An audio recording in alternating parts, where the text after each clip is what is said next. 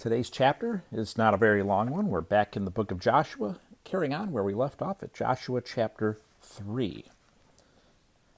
Joshua started early the next morning and left the acacia grove with all the Israelites. They went as far as the Jordan and stayed there before crossing. After 3 days, the officers went through the camp and commanded the people, "When you see the ark of the covenant of the Lord your God carried by the Levitical priest, you are to break camp and follow it. But keep a distance of about 1,000 yards between yourselves and the ark. Don't go near it, so that you can see the way to go, for you haven't traveled this way before." Joshua told the people, "Consecrate yourselves, because the Lord will do wonders among you tomorrow." Then he said to the priests, "Carry the ark of the covenant and go on ahead of the people." So they carried the ark of the covenant and went ahead of them. The Lord spoke to Joshua, "Today I will begin to exalt you in the sight of all Israel, so they will know that I will be with you just as I was with Moses.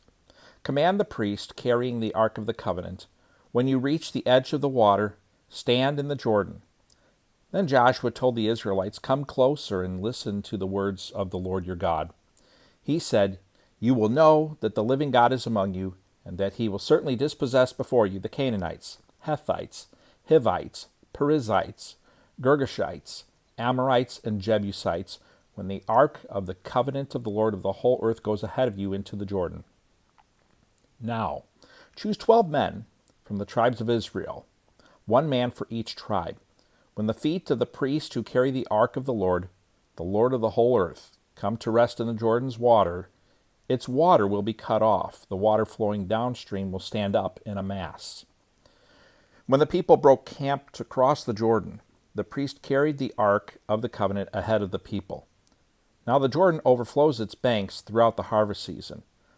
But as soon as the priest carrying the ark reached the Jordan, their feet touched the water at its edge, and the water flowing downstream stood still, rising up in a mass that extended as far as Adam, a city next to Zarethan.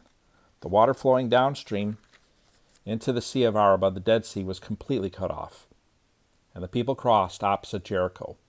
The priest carrying the ark of the Lord's covenant stood firmly on dry ground in the middle of the Jordan, while all Israel crossed on dry ground until the entire nation had finished crossing the Jordan. Joshua chapter 3. Hope you have a wonderful day and hope to see you tomorrow.